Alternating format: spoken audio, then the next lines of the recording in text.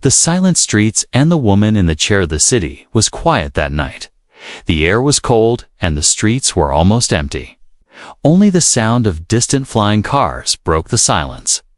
Neon lights from tall buildings painted the dark roads in blue and purple.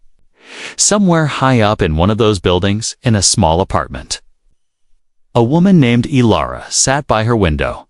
Ilara's hands rested on the wheels of her chair. She had lived in that wheelchair for 10 long years. 10 years since the accident that took away her legs. 10 years since she had last walked or run or felt the ground under her feet.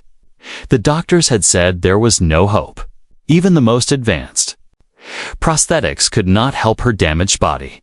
And so, she stayed in her small apartment, watching life move past her window. Outside, the city never slept. But Ilara felt like she had been asleep for a decade. Every day was the same. She woke up, made tea, read old books, and watched the flying cars pass by. Sometimes she imagined herself inside one of them, flying far away. But when she looked down at her useless legs, reality hit her again. That night, the wind carried a strange feeling. Ilara noticed fewer people outside. Even the street vendors were gone. The roads were too quiet, almost as if the city was holding its breath.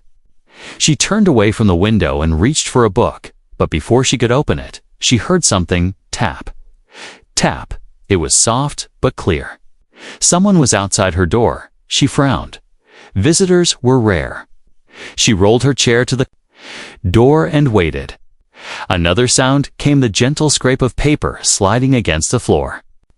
Then footsteps, fading quickly down the hall. Ilara opened the door. The hallway was empty. No voices, no movement. Just a single folded paper lying on the floor. Her fingers trembled as she picked it up. The paper was plain, but the words inside were written in bold, sharp letters.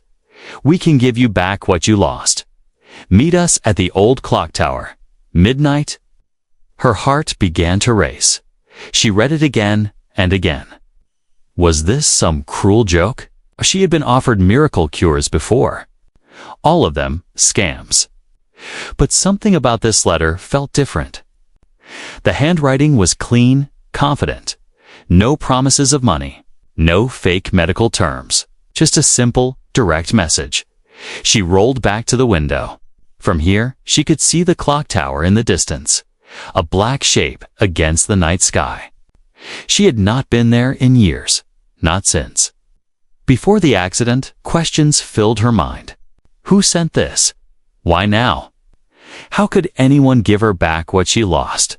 She told herself it was dangerous. She told herself to throw the letter away. But deep inside, something stirred. Something she had not felt in years. Hope. The minutes passed. Slowly, she tried to read, tried to drink tea, but her eyes kept going to the clock. By 11:30, she could not sit still any longer. She grabbed her coat, pulled the hood over her head, and wheeled herself to the door. The streets were colder now. The neon lights seemed dimmer. Shadows stretched across the pavement like long fingers. She moved quickly, her hands spinning the wheels with practiced speed. The city felt different at night, emptier, but also alive in strange ways. Distant.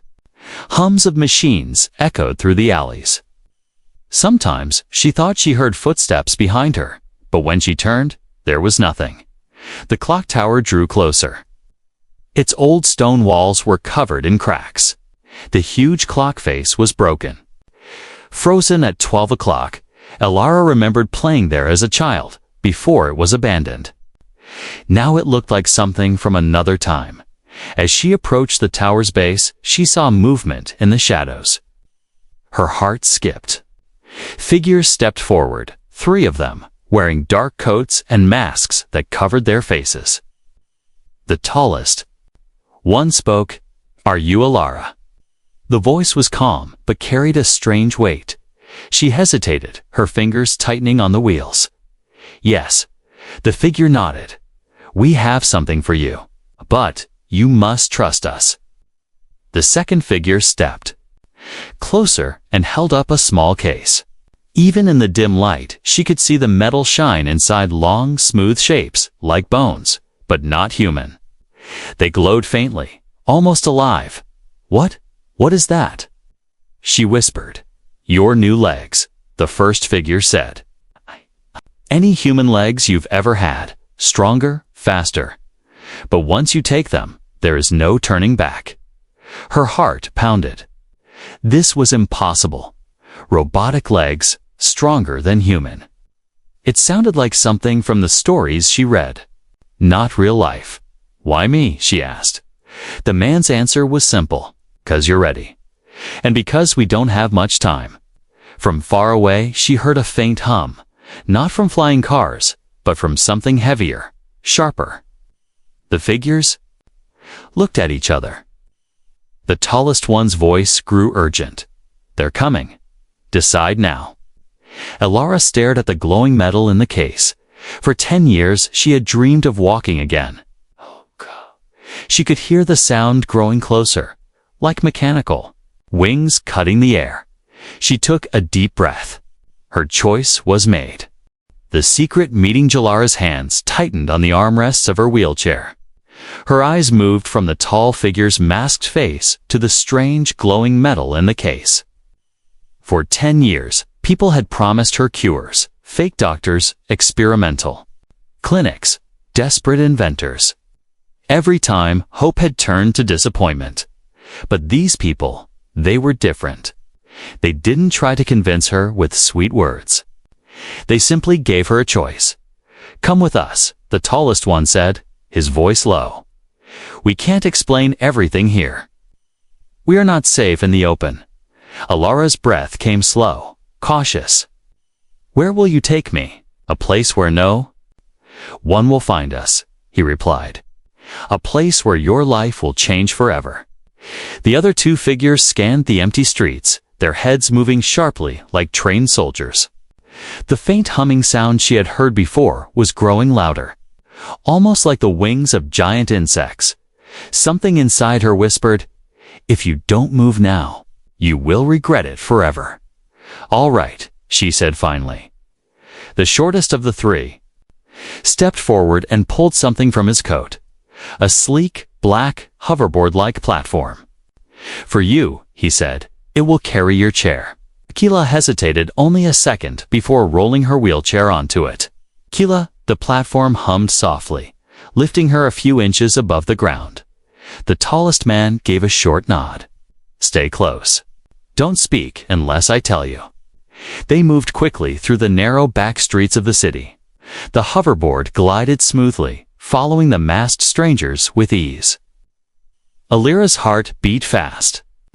Every turn they took led deeper into the shadows, away from the bright streets she knew, and into a part of the city she had never dared to enter.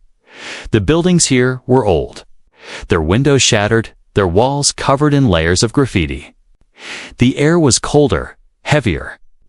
Somewhere in the distance, a siren wailed. "What is this place?" Alara whispered. "Forgotten," the woman of the group answered without looking back. "And that makes it useful." They stopped at a heavy metal door hidden behind an old warehouse. The tallest man placed his hand on a small panel beside it. A red beam scanned his glove. Then a deep click echoed as the door unlocked. Inside. The air changed immediately warmer, with a faint smell of oil and metal. The walls were covered in glowing screens, tools, and strange devices Ilara had never seen before. Large metal arms hung from the ceiling, each ending in different surgical instruments.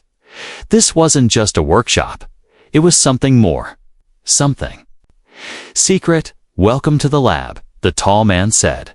Ilara's eyes moved to a large table in the center of the room. On it were two long, elegant shapes wrapped in a thin, transparent material. They glowed faintly blue, just like the ones she'd seen in the case. The woman removed her mask, revealing sharp eyes and a face marked by years of determination. "These," she said, touching the shapes gently, "are not ordinary prosthetics.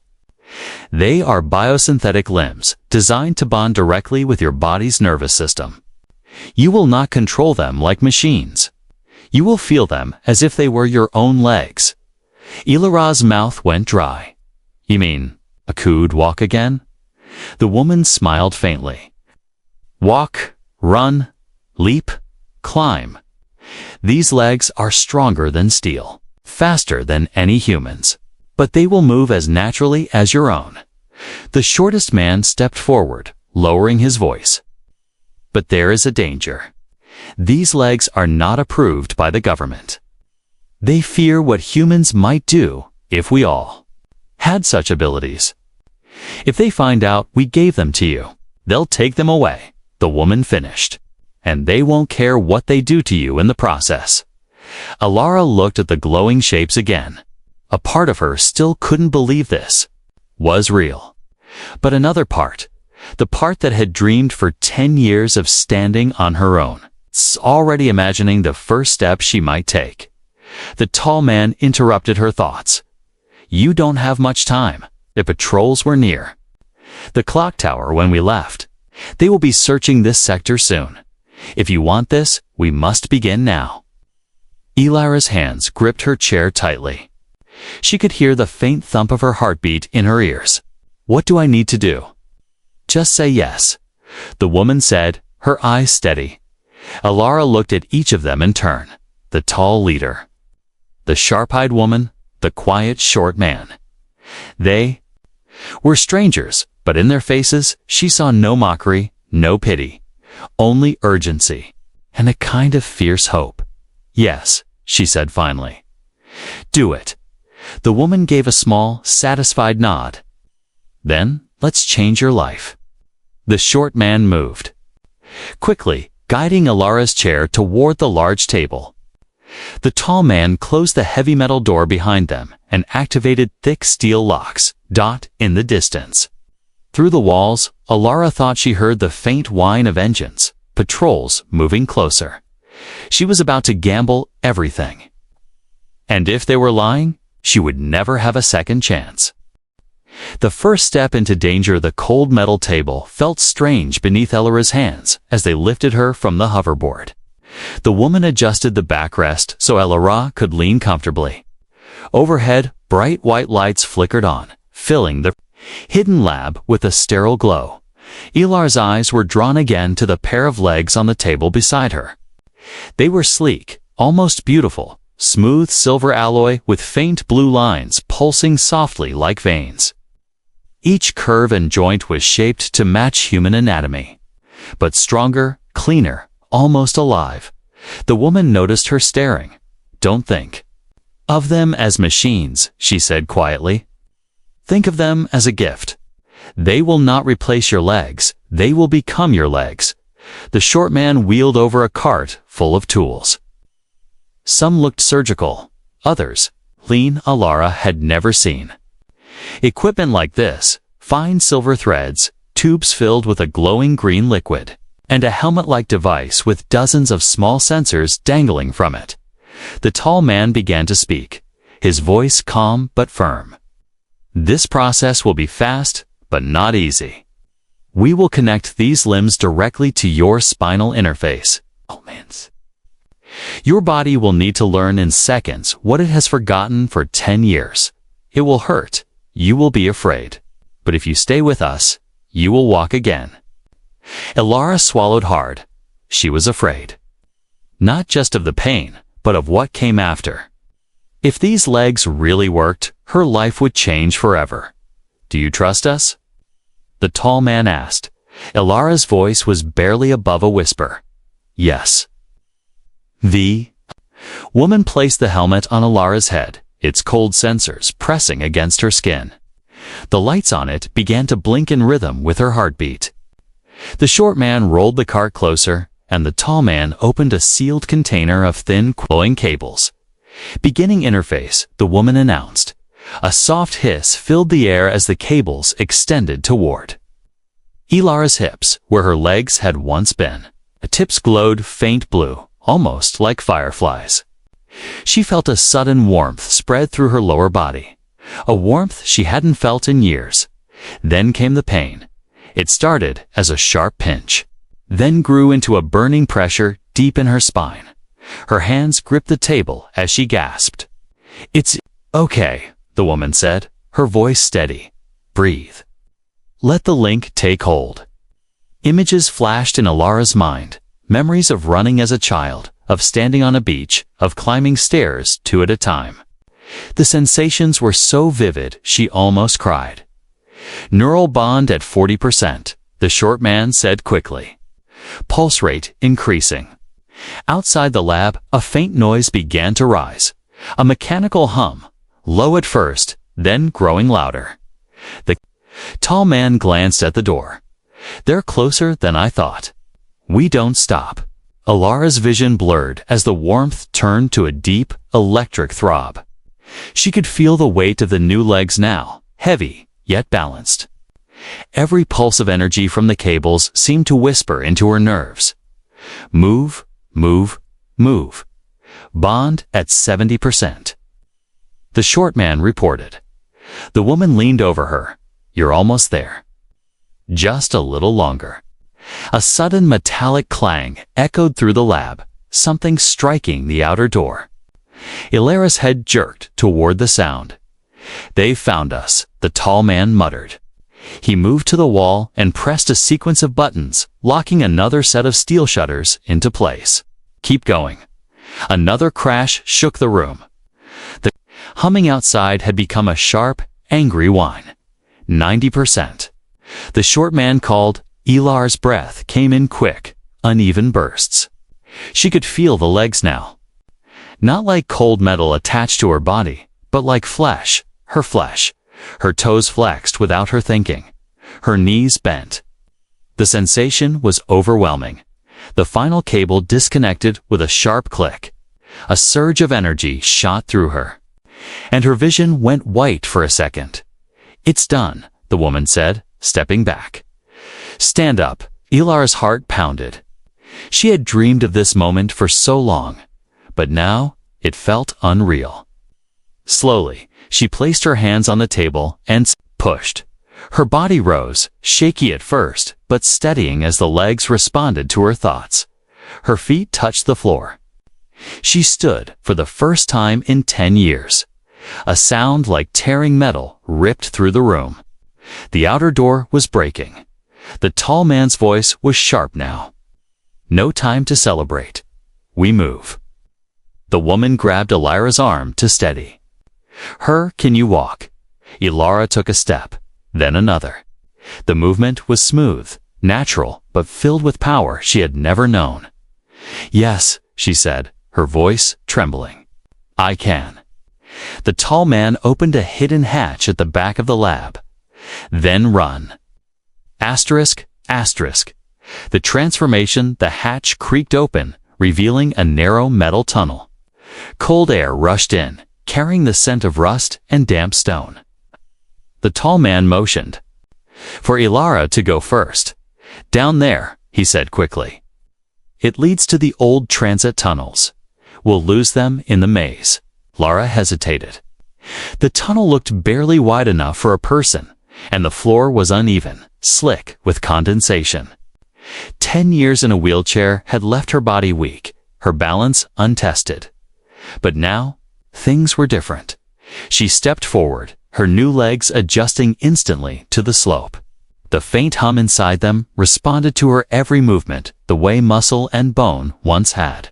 Up sharper, faster, more precise.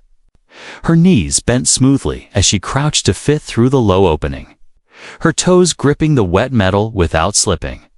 The woman followed close behind, her eyes flicking back toward the lab's heavy steel door. Loud rhythmic crashes still shook the walls, the sound of something powerful breaking through. "They're almost in," the short man hissed. "Keep moving," the tall man ordered.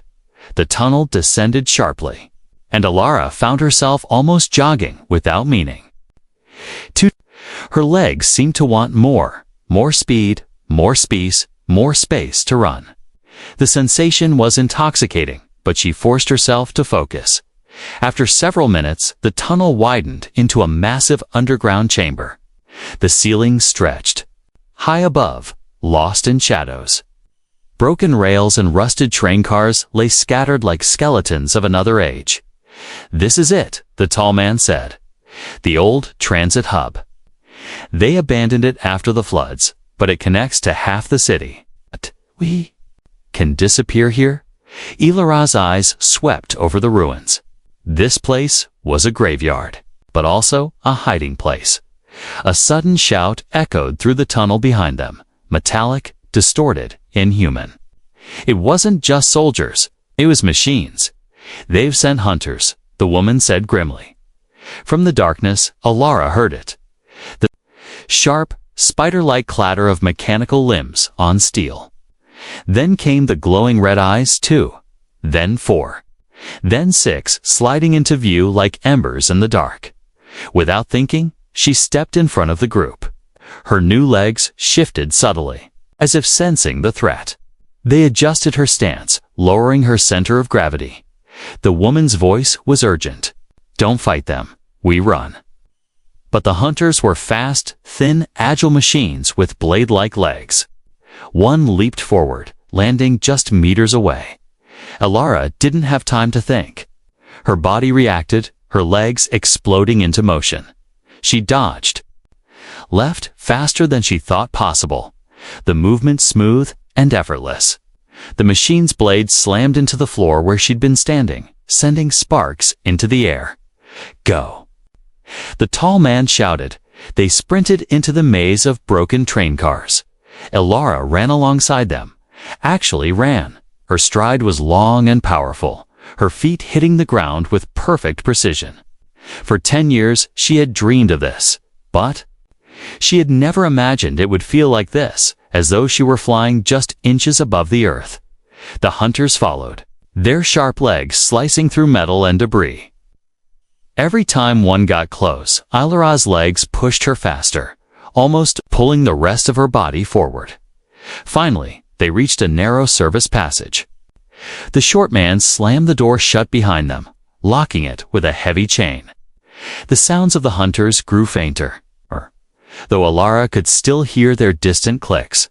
Her chest heaved as she stood there, heart racing. She looked down at her legs, sleek silver, glowing faintly in the darkness. The woman touched her shoulder. "How do they feel?" Elara didn't answer right away. She bent her knees, shifted her weight, took a small jump, and landed perfectly. Balanced, a slow smile spread across her face. "They feel," she said softly, "like they were always mine."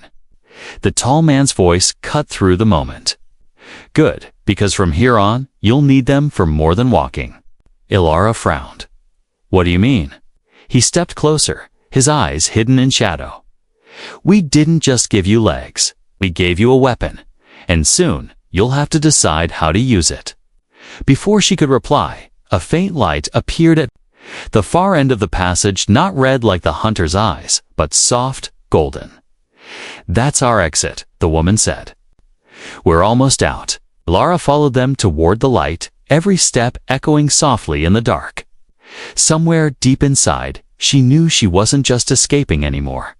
She was stepping into something bigger, something dangerous, and for the first time in years, she wasn't afraid. The chase the golden light at the end of the passage was closer now, spilling across the cracked walls in uneven patterns. Elara's steps were strong, her new legs moving with a rhythm that felt both natural and powerful. The soft hum inside them matched the quick beat of her heart.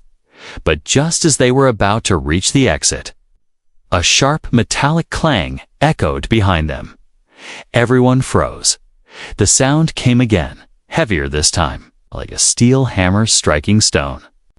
Then came the familiar click-clack-click of sharp limbs against the tunnel floor. The hunters had found another way in. "Run," the tall man ordered, his voice calm but urgent. They burst out of the passage into the open night. Had come from a large industrial yard lit by old flood lamps. Rusted cranes stood like dead giants, their long arms stretching over piles of broken metal and shipping containers. The air smelled of oil and dust. Elara's eyes darted to the far end of the yard, where a chain-link fence marked the border. Beyond it, she could see the faint glow of the city. Freedom was on the other side, but it was far.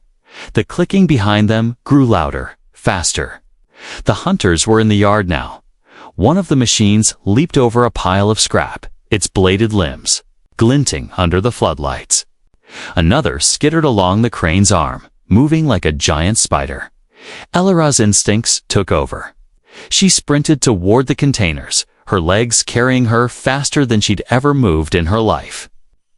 The wind whipped against her face and whipped against her face, and every step felt like she was springing off invisible springs. The woman ran beside her, panting hard but keeping pace. "Don't stop. Use your speed." The short man lagged behind, firing bursts from a small energy weapon at the hunters. Sparks flew as one of the shots struck a machine's leg, slowing it for a moment, but only a moment. One hunter lunged forward, its blade slicing through the air toward Elara.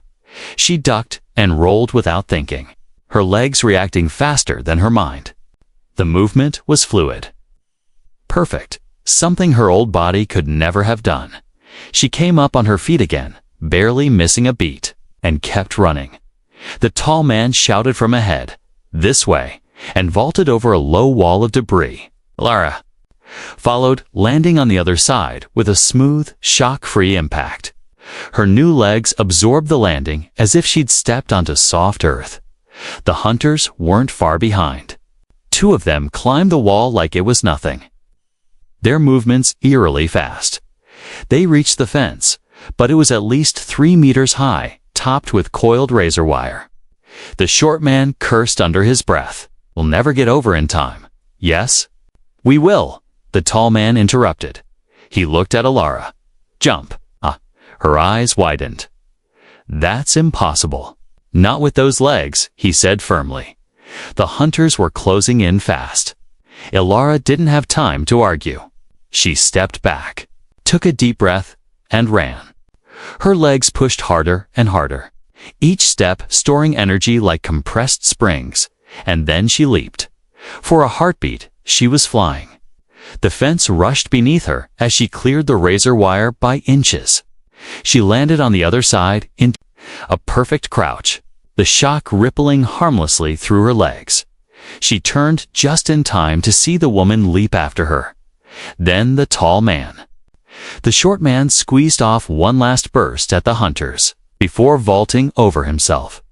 The machines reached the fence, but stopped. Instead of trying to jump, they stood there, their red eyes glowing like embers in the dark.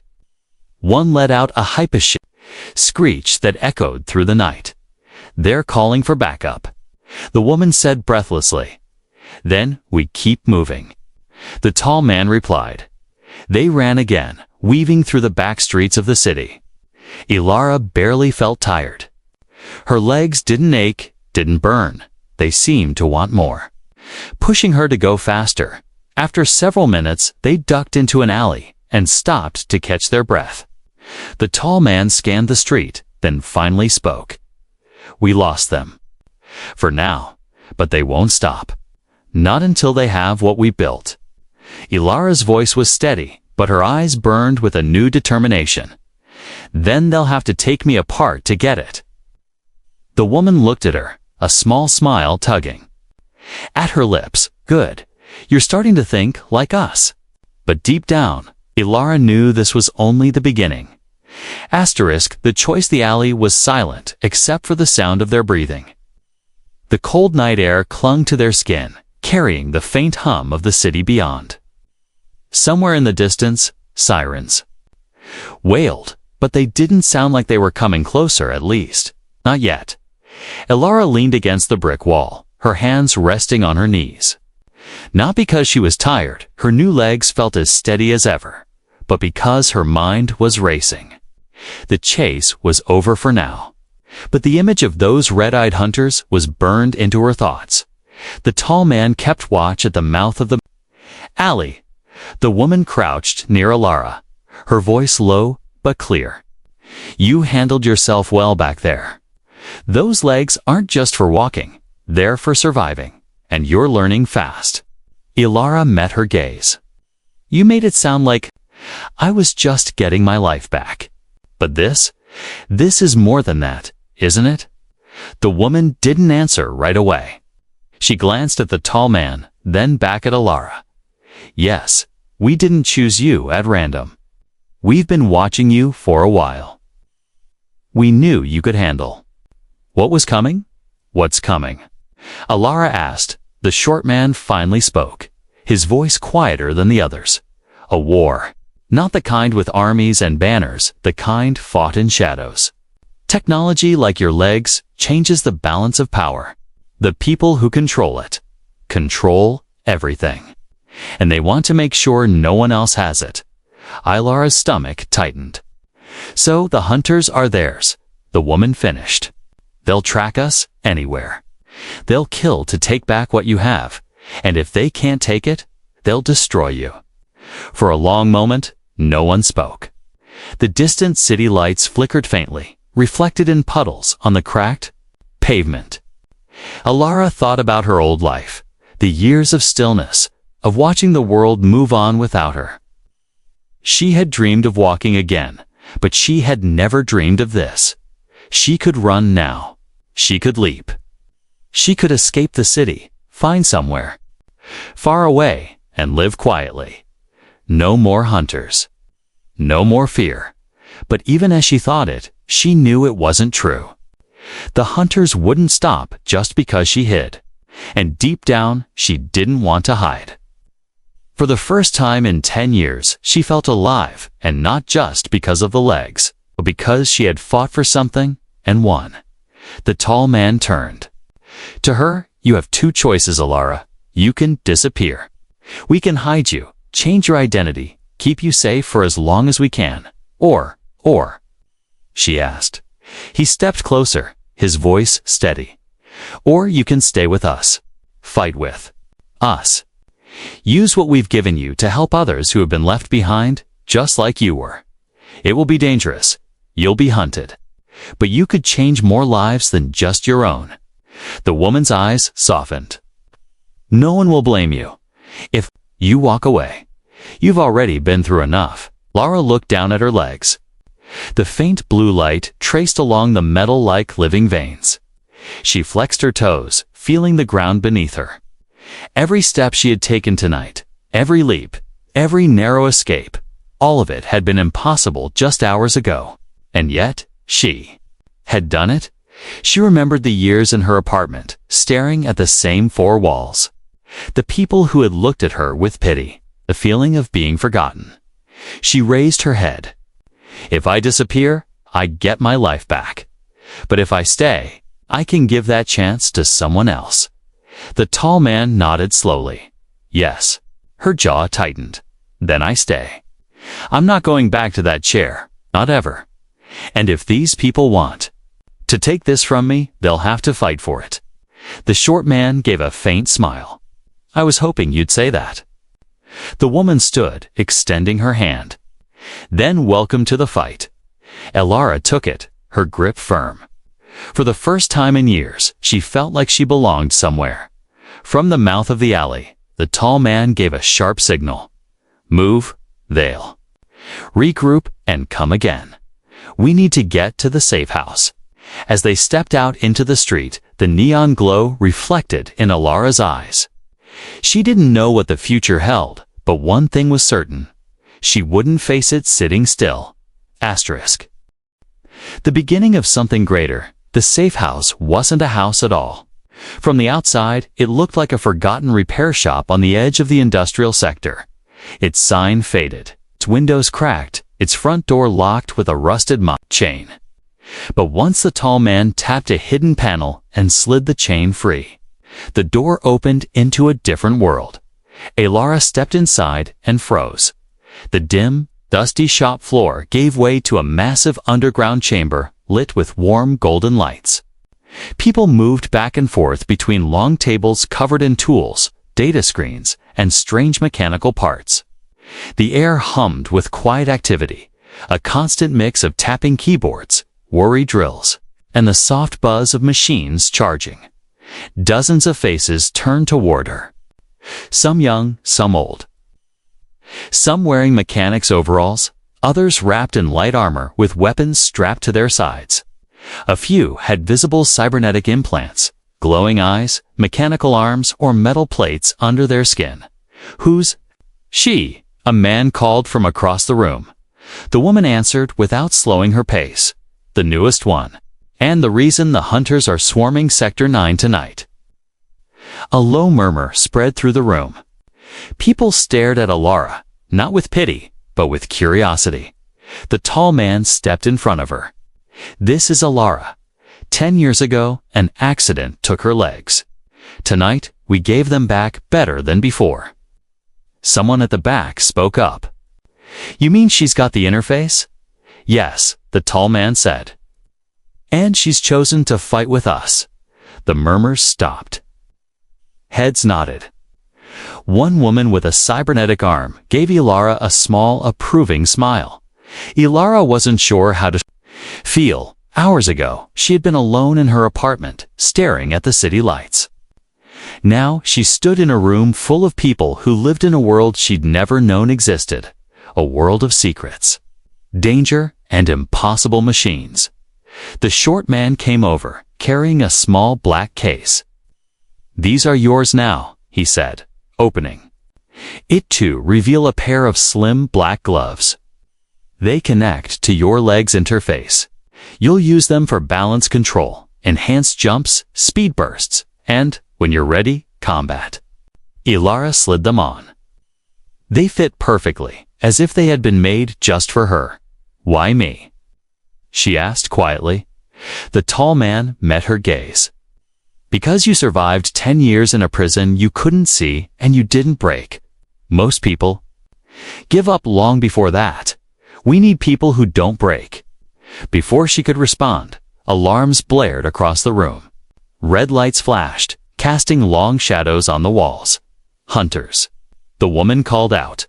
A voice from the main console answered, "No patrol drones. They're sweeping the whole sector. We've got 15 minutes before they're on us." The tall man turned back to Alara. "Looks like your first test will come sooner than we thought."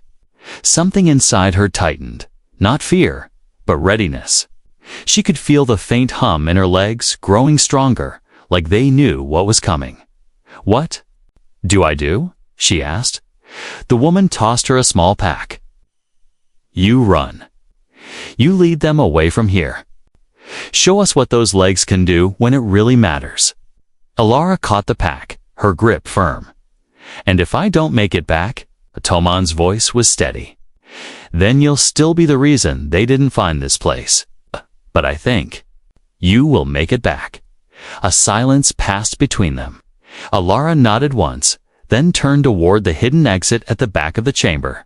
When she stepped out into the night, the air felt sharper, colder. The streets ahead were empty, the neon lights reflecting in the wet pavement. She took one slow, steady breath. Then she ran. Her legs carried her like lightning, every stride smooth and powerful. She leaped over cars, sprinted along narrow walls, and vanished into the maze of the city's underbelly. Somewhere behind her, the low hum of drones began to grow louder. But Alara didn't look back. For the first time in 10 years, she wasn't running from something. She was running toward something, a future she had chosen for herself. And this was only the beginning. Asterisk shadows over the city skyline glowed like a circuit board in the darkness. Neon signs pulsed in soft blues and fierce reds, casting broken reflections across the wet streets. From a rooftop 3 blocks away, Ilara crouched, her breathing steady despite the chase she had just escaped. The drones were gone for now. She could still hear their faint mechanical hum in the distance, like angry bees searching for a hive they couldn't find. Her legs buzzed with energy, not from exhaustion, but from the strange living hum that came when she'd pushed them. To their limits, somewhere below, in the alleys and underpasses, normal people were sleeping. unaware of the war creeping into their lives. To them, hunters and patrol drones were just rumors, urban legends told in hushed tones. But Ilara knew better. She had seen their eyes. A quiet voice came through the comlink in her glove. Status? It was the woman from the safe house. I lost them, Ilara replied. For now, but they were closer than I expected. They'll be closer next time, the woman said. You need to start thinking 2 moves ahead. You're not just running anymore. You're being watched. Ilara frowned. By who? The drones. A pause. Then, not just the drones. Before she could ask more, a shadow moved at the far end of the rooftop. Ilara rose instantly, her stance balanced, her weight shifting to her toes. A figure stepped into the light tall, dressed in matte black armor, the kind that seemed to drink in the neon glow instead of reflecting it. The helmet was smooth, faceless, except for a single thin red slit where eyes should be. The voice that came from it was distorted, mechanical, but strangely calm. You're fast, it said.